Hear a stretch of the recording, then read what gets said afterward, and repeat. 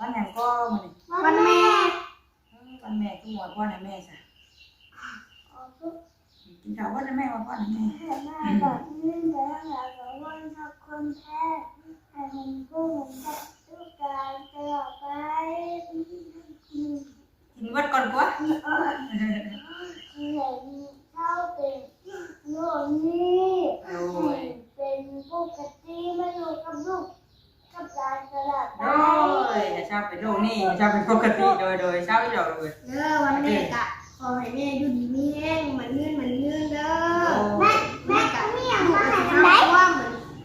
ให้แม่ร่ำรวยสุขภาพดีแข็งแรงเป็นโรคอย่างตาคอยเศร้าเด้อแม่เด้อแม่เศร้าอะไรแม่เด้อดูแม่กับแม่มาดูกันเนาะโอ้ได้ของก่อนให้แม่อีกนี่ยังวะนี่ยังก็ข้างในนี่เขาก็ยังพูดได้อย่างบนเทศตั้งแต่วันแต่ว่านี่แต่ว่ากินข้าวปลาดุกกินข้าวแล้วมาดูกินข้าวกันเด้อต้องมากินข้าวกันเด้อวันหยังก็มื้อนี้วันแม่วันแม่คือหมดพ่อให้แม่ซะกินข้าววันแม่ว่าพ่อให้แม่แบบนี้แล้วแบบว่าถ้าคนแพ้ให้ผมพูดผมจะต้องการตลอดไปกินวัดก่อนกว่าเห็นเท่าเป็นโน่นนี่เป็นปกติมาอยู่กับลูกกับหลานตลอดไปอย่าชอบไปโน่นนี่อย่าชอบไปปกติโดยชอบอีดอกเลยวันแม่กะขอให้แม่อยู่ดีมีแห้งเหมือนเงื่อนเด้อแม่กะไม่อยากมาให้ได้ว่าเหมือนให้แม่ร่ำรวยสุขภาพดีแข็งแรงเป็นโรคอย่างตาคอยเศร้าเด้อแม่เด้อเศร้าอะไรแม่เด้อดูแม่กับแม่มาดูกันเนาะโอ้ได้ของก่อนให้แม่อีกนี่ยังวะนี่ยังก็ข้างในนี่เขาก็ยังพูดได้อย่างบนเทศตั้งแต่วันแต่ว่านี่ตาเป็นของขวัญให้แม่แต่ว่าพี่ว่าจ้ะนี่จักเสียงยังมีในหาแพงวะนี่มีอย่างวะถามเลยนี่โอ้จังมีอย่างยังอันนี้แม่คอยเงินพันกีบมีฝ่ายบุกเขียนนี่กระตุ้นกระติ้นเบิ้ลนี่เงินไหวกล้วยใบหนึ่งบอกให้แม่บ้านแม่กะโอ้ให้เขียนให้นี่ฮักแม่นี่ขอบใจแม่ที่ให้ลูกคนนี้เกิดมาในโลกนี้ลูกขอให้พรให้แม่มีสุขภาพดีแข็งแรงไปเขียนเลยลูกแม่นะลูกเขียนไอ้ชิปเขียนให้เป็นหัวใจให้แม่กะโดยขอบใจลูกโดยใครมีผ่าอีกอยู่ดีแห้งเลยโดยอยู่ดีแห้งคือกันเลยมีแหวนให้แม่อีกแหวนมันใช้อีนี่ใช้มือกับลมไปจักกันนี่ไปเก็บแหวนไหมจะมาแม่ใส่บ่ได้ใช่ไหมอ๋อนี่แหวนอยู่ดีแห้งคือก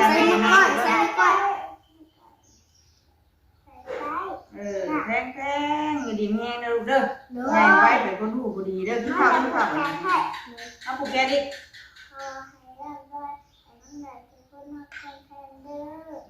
เป็นหงผู้หงสร้างให้ลูกตลอดไปเด้อมันเลื่อนอยู่ดีแห้งบ่ผูกแกให้แม่ก็เป็นมันนี่ปะลุงเอ้ยตาเนี่ยมันเลื่อนอยู่ดีมีแห้งอยู่ดีแห้งป๊บยักแขนเลือดบ่แน่เลยพอได้เลยขอบใจอยู่ดีไม่แห้งนะลูกเนาะขอบใจเราเลยแม่กับแม่ลูกคือกันแม่คือกันแม่นี่อันนี้มันไหนมาตุ้มให้แม่บ่อนสวยคอสวยคอไปสวยท่อให้แม่ได้ไงอันนี้เขาเก็บอะไรโอ้ดูไอ้ไม่ยังกระยาเนาะไม่ยังให้แม่ก็ดีใจเด้แม่ดูว่าง่ายบางควมอันนี้การ์ดยังอันนี้การ์ดแม่ขอบใจมึงเนี่ยเก็บกระตุ้นมาสะสมให้แม่นะปลาลุงเลยมีเพชรอีกบาทนี่ปุ๊บเพชรเม็ดปักไงเจ้าไปเก็บมาแต่สิไรไอ้ตาเก็บมาเห็นกันไปได้เงินใบกล้วยให้แม่ใบหนึ่งปุ๊บไอ้ตาปลาลุงเอ้ยจัดไว้ที่บ้านแม่แห่งชาติเบิ่งเลขก่อนจะว่าบอกเลขจักอันนี้เนาะ2367014ปลาลุงเอ้ยเลขเงินเพิ่น2367014 014เด้อเนาะไปมักเลขมักหวยซื้อเบิ่งแน่จ้าได้เงินมาให้แม่พันกีบบ้านแม่เอ้อ นี่และเพชร โอ้มีเพชรอีกโอ้ขอบใจลูกเพชรน้อยเม็ดเพชรเม็ดใหญ่เม็ดน้อยก็มีอันนี้จะเก็บมาแต่สิได้โอ้แหวนก็มาใช้ให้แม่ก็บ่ลงมือซ้ํจะเก็บแหวนปลายมากพี่น้องเอ้ย เป็นชื่อของใคร สิว่าให้สิดอกสติ๊กเกอร์ยังมีเบิดกระตุ้นกระติ้นสะสมมาไว้ให้แม่นะมึงแน่ไอ้เตอร์ได้ซะ ใส่ดมใช่ไหม ไอ้เตอร์ได้บ่มีหยังบ่ไอ้เตอร์ มีแต่ให้แม่อยู่ดีมีเองเด้ โอ้ อย บ่มีหยังก็ย่าแม่ถามเบิ่งซื่อดีมีแฮงอันนี้ พอดีกันได้ กินข้าวบ่ลูกกินข้าวแน่ เอากินข้าวกัน กินข้าวทอดไข่พี่น้องเอ้ยคนหนึงเอาไข่เจียวคนหนึงเอาไข่ดาวเนาะส่งให้น้องเพิ่นก่อนอื่นก็ขอกราบทักทายสบายดีเด้อพี่น้องเด้อเนาะสบายดีพ่อแม่พี่น้อง FC กันเบิดทุกผู้ทุกคนเนาะยินดีต้อนรับเข้าสู่ช่องแม่น้องกระเตยคือเก่ามาไว้ เฮ้ย พอกันอยู่เพื่อนมื้อนี้เนาะกำลังให้อันทอดไข่มาเพิ่นกินข้าวอยู่พอดีว่ามื้อนี้ก็เป็นมื้อ แม่ วันแม่เพิ่นก็เลยอวยพรให้แม่ปะดุงเหลื่อมแน่เนาะ นี่ เด็ดมันช่องพี่น้องเอ้ยมันอั คน น นี้ นี้กลับมาแล้ว เซ็งช่องโอ้อันนี้ได้ซะนี่เรามาแต่เช้าแท้นี่มันกินเจ้าน้ำบ่อนบ่ถอดเกือบก่อนสบายดีป่ะลุงผู้ทุยาก่อน จ้า ทุยาแม่น้ำอ้ายไหมเรามาแต่เช้าแท้นี่บ่อ๋อนี่ก็7 โมงกว่าพี่น้อง แม่ไม่มี เขาก็ทอดไข่กินเองบ่ก่อนนอนนะมาไปเด้ป้าไปชงว่าไปตลาดบ่มันนี่ออกของบ่ก็ออกแล้วได้วันไอ้เด้ออากาศเย็นพี่น้องเอ้ยเนาะตอนเช้าตอนนั้นนี่มาเลยเย็นกินเยอะๆลูกแม่แข้งนั่งคือกินไปล้างแข้งนั่งคา โดยเจ้าพ่อเลย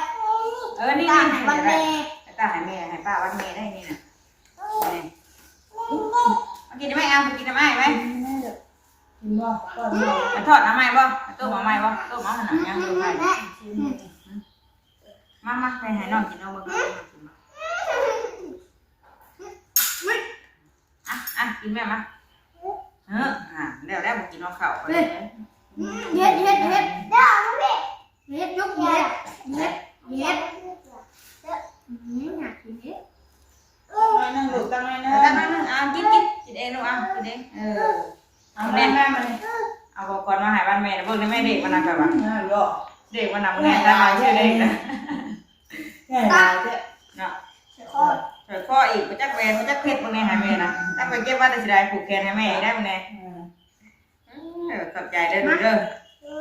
แม่ก็ชี้เช่าให้แม่เช่าเป็นโรคนี่เด้อแม่ก็ชี้เช่าดูลูกไปโดนเนาะเช่าแล้วว่าไม่สิเป็นได้การตายกระโดดบ้านลูกแล้วให้สิเบิ่งลูกจ้ะลูกเป็นยังน้อยครับน้องจุ๊เนาะจุ๊สิเบิ่งบ่อ้ายจุ๊เบิ่งบ่ตัวเองไม่รอดเลยจุ๊ไข่ช่องหายังมีหยังกินแม่ข้าวนะลูกบ่มีโดดมีหยังเป็ดน้อยไปก่อยนั่นให้มันกินอ่ะปลาดุงมาก่อยกันว่าพันกล้วยตัดกล้วยเสือก่อยใส่กระห้ำหรือจะกินบ่กิน บ่กินว่า เพิ่นมาแต่น้ำยาเพิ่นว่านี่แล้วได้เป็ดมาแต่น้ำยากินไหมลูก แม่เลี้ยงได้เอามาให้มั้ยเอา บ่กินฮะแช่แต่จับเองเลย ก็เป็นว่า เป็นห้องเก็บอยู่เอากินแม่ไปช่องเป็ดก่อนจ้ะไปมาได้เยอะยันมาครบมันเนาะไปน้องอินเตอร์เพิ่นก็ลงมาแล้วเพิ่นสิไปอันนั้นไปเปิดห้านเพิ่นพี่น้องไปก่อนบ่ใช้กุญแจรถได้จ้ะมาแล้วเอารถกระเช้าลงมาเอาลงมาหั่นบ่ได้เอาก็ลงมาบ้านนี่นี่มากุญแจรถตัวนี้ไปเอาไข่จ้ะบ้านแล้วสิขึ้นไปจ้ะยันว่าไปออกไปนานๆกันเราไปนะ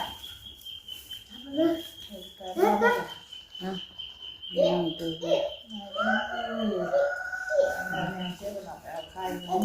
ไข่เบิดดิ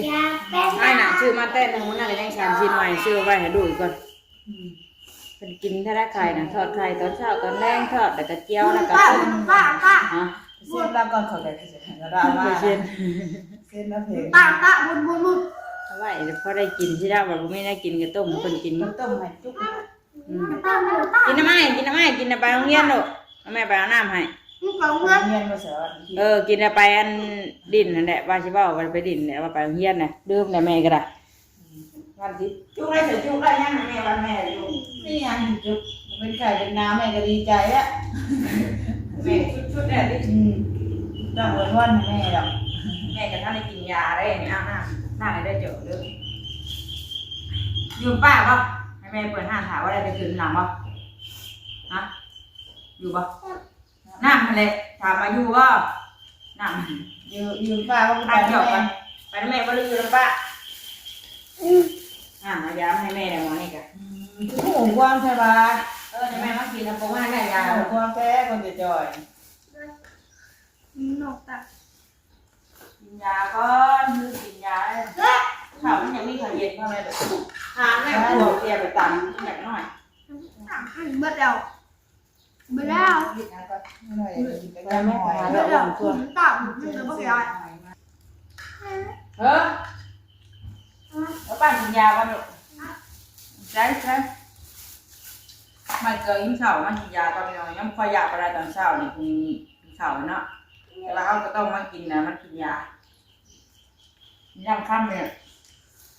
แม่ไปหาปิดของทั่ว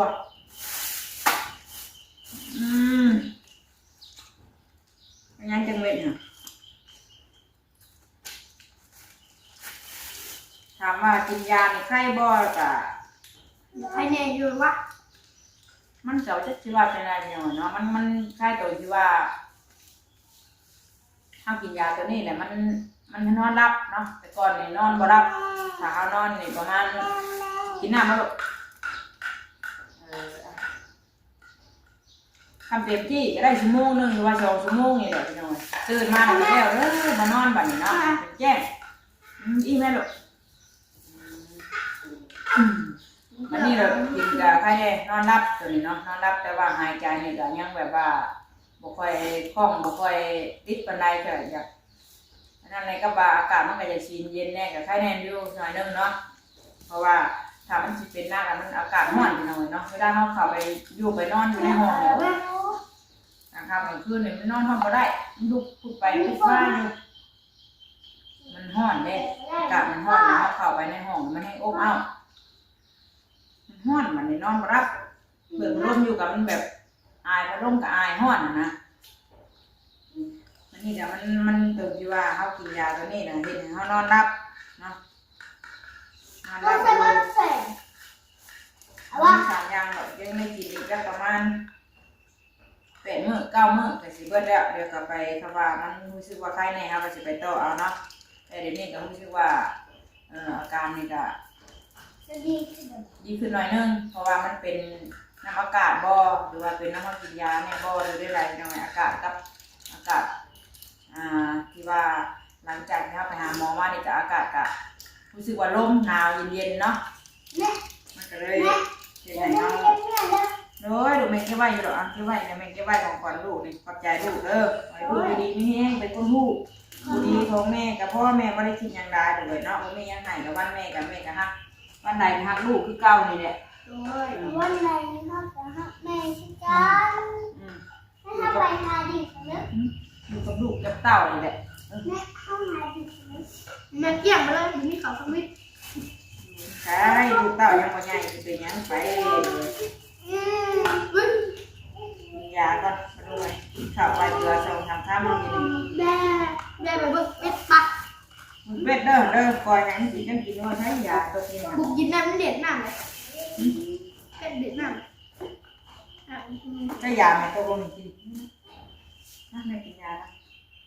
กินตอนเช้า2 เม็ดตอนเที่ยงมันมีตอนแรกก็2นะ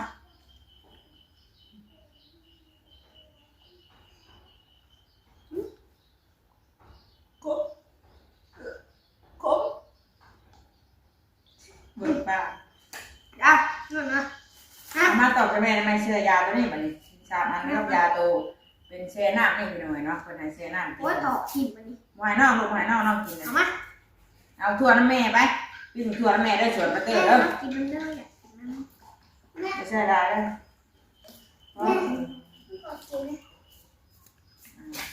ลูก ยาลูกยาไม่ใช่คนนั้นอันนี้เป็นยาแช่น้ำตัวนี้เนาะ อะไรบอกพ่อเลยแล้วเข้าไปอันข้างกินน้ำเลย เอาเก็บไว้จานเถอะน้องยานะ ไม่น่ากินเลย แช่น้ำไว้ได้ไหมพี่จ้า ลูกเคยตาเบบี้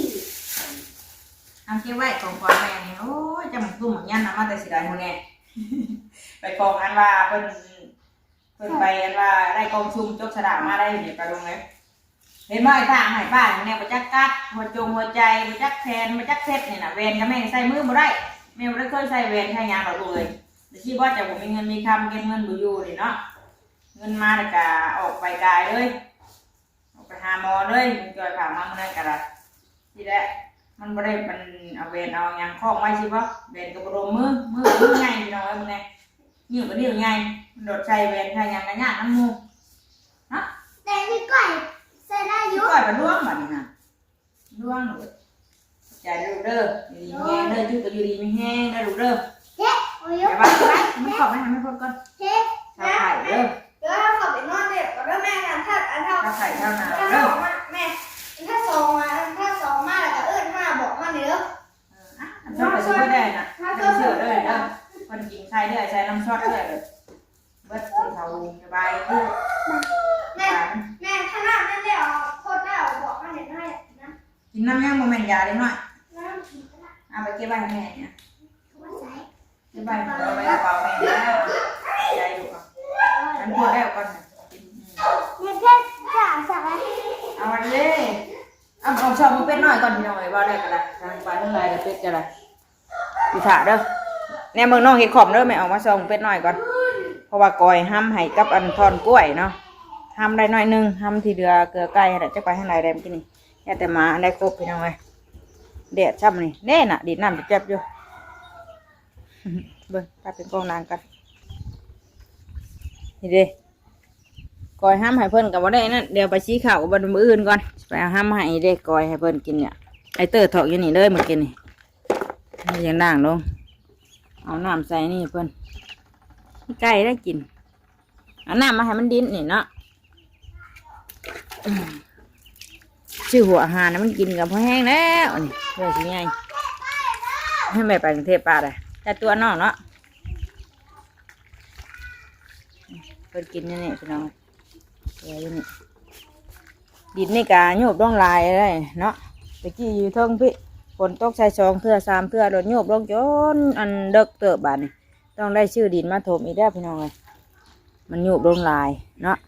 ตะกี้ว่าเอาขึ้นมาชูงอยู่บัดพอฝนตกมาผัดว่าดินโยบมันดินอ่อนเด้โยบลงเด็กเติบตะกี้ขามไปนี่กะบ่ได้เดืองลงเด็กปานใดวันนี้ใครเฮากระติดเขียวงามครับไปกำน้องไปดุน้องดินนั่นน่ะบอกพี่ขนาดใจมันโตขนาดขวาปีดบ้านนี่บางอย่างน่ะฮะเฮ้ยได้บอกถั่วน่ะ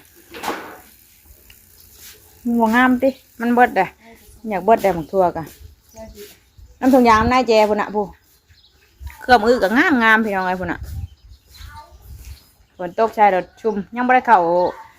เมียนชวนอยู่จักมันยังไม่ยาตัวใดมันบ่เป็นอันนั้นเลยกระโลกทิพเนาะเลยสิปลูกไม้พี่น้องเลย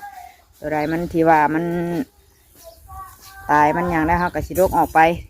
ปลูกไม้บัดนี้พอได้กินต่อไปอีกเนาะกว่าปลาใบเสือพวกหอมกระลังออกตัวนี้กันเด้ไปกินช้อนต่อไปอีกเนาะปลูกไว้พอได้อยู่ได้กินนี่แหละไม่ได้คำได้ขายก็ได้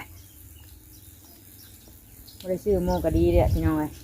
เนาะน้ำไม้ก็ออกแล้วเมื่อวานนี่พักกันหักเอานี่มาเติมพ่อไปหาน้ำไม้น้ำมาพ่อแกงมันค้นหามาเอานี่พ่อแกงเฮ้ยเห็ดย่านนะยาแม่ปะอย่าปิ้นลูกอย่าปิ้นนี่รถถีบเพิ่นนี่ได้ขั้นเก่าว่าจะเอามาแปลงให้ตาขั้นเก่าตัวน่ะสีฟ้าคือกันเลยมักได้สีฟ้า ตัวนี้ขั้นเก่าตัวนี้ขั้นใหม่ที่ว่าเป็นตู้เป็นชื่อให้พี่น้องเลยเนาะคนขี่เมื่อเอาห้ำให้แม่เช่านี่ตอนนั้นขั้นเก่ากับสีฟ้าแล้วแม่ว่าจะเอาไปใช้ยางให้เพิ่นให้น้องขี่น้ำบ่ะมันบ่มีนะใหญ่โพดบ่ลูก ได้เชื่อไหมจ่าแปลงว่าไว้ไอ้เตอร์กี้มักแต่สีฟ้าบ้านน้องก็อยากได้สีฟ้าคือกันไอ้ตากะน้ำนะอ้าวน้ำยามาให้แม่อีกเด้อเอาขอบใจดูเลยแช่น้ำยานี่ ทำเป็ดหน่อ คื ย อน้ำส้มนี่ไปแล้วว่าลูกไปชงมาน้องเตอร์สิไปเลยแม่อยู่ป่าว่าเบิ่งในเป็ดหน่อยนะเป็ดกับกาบไปหนาไว้พอก่อนเอาไว้เด้อ ไม่ใช่อะไรนี่สินี่ แล้วมันยังไปแปลงนะฮะไอ้เตอร์ชุกไปแปลงให้อย่าให้เพิ่นใส่นั่นให้เพิ่นใส่ยางให้มันก็แปลงได้เลยค่ะแปลงขี้ไปชันเดียวคลิปนี้กับชิลาพี่ละน้องแล้วไม่ยังลายเนาะมาถ่ายบรรยากาศอยู่เพื่อนอยู่ซานไอ้เตอร์ไอ้ตาเพิ่นหน่วยพรวันเกิดหน่วยพรวันแม่ให้แม่เนาะวันนี้ก็เป็นวันแม่แห่งชาติอยู่ทางลาวเฮาพี่น้องวันที่8มีนาบ่จ่อยวันที่8มีนาเลยเนาะวันที่8มีนาเป็นวันแม่ยิ่งพี่น้องเนาะเป็นวันแม่สากลของฝั่งลาวเฮาสุขภาพร่างกายแข็งแรงเด้อแม่ๆทุกคนถึงเฮาสิบ่มีแม่เฮาก็ยังห่างแม่คือเก่าเนาะอยู่ในใจลูกคือเก่าเลยแหละอยู่แม่ทางไก่ก็อยู่ดีมีแห้งเด้อแม่เด้อเนาะสุขุสุขคนแม่อยู่ทางฝั่งไทยฝั่งลาวหรือต่างประเทศพวกก็อยู่ดีมีแห้งคือกันเนาะหักแพงเป็นโฮมโพมใส่ให้ลูกให้หลานคือกันไปสำหรับคลิปนี้ลาแล้วสบายดีเบ่สุขุสุขคนเด้อเนาะสบายดีป้าลุงเนี่ยลูก สบายดีปลาดุง โดย สบายดีปลาดุง โอ้ยพุ่นน่ะเป็นน้อยกินดีน้ำจัดเบิ่งเอาสิเด็ดมาปั่นรถบ่ได้สิเด็ดมา บ่ไปว่านะล่มลูกล่มบ่กี้ลงมาเบิกเป็ดพี่ไว้ ต้องมีกระสีซอสตัวขับอยู่ได้เด้อ บ่ชอนนี่ย่าบ่คักบ่ย่ามันรถใหญ่มันขี่บ่ได้ลูกเดี๋ยวสิล่มเอาเป็ดบ่น่ะสิเอาเป็ดได้เจ้ย ไปใช้จะต้องเดี่ยวไหน ไปมันเปียกดูให้เป็ดดินน้ำอยู่หั่นได้ไป ชุดแขกเลย เฮ้อว้าวได้จ่อยแกงหัวได้